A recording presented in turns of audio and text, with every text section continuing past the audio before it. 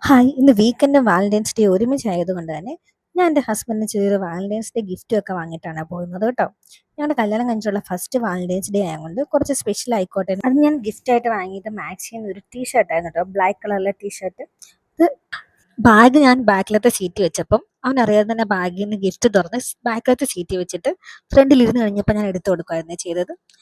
അവൻ actually gift ഒക്കെ കൊടുക്കുന്നത് അവനെന്നല്ല, എല്ലാവർക്കും ഭയങ്കര സർപ്രൈസിനും ഇഷ്ടമുള്ളതുകൊണ്ട് തന്നെ അവൻ എൻ്റെ ടീഷർട്ട് നന്നായിട്ട് ഇഷ്ടപ്പെട്ടു കേട്ടോ. അങ്ങനെ ഗിഫ്റ്റൊക്കെ ഓപ്പൺ ചെയ്ത് നോക്കി കഴിഞ്ഞിട്ട് ഞങ്ങൾ നേരെ പോയത് ചായ കുടിക്കാനായിരുന്നേ.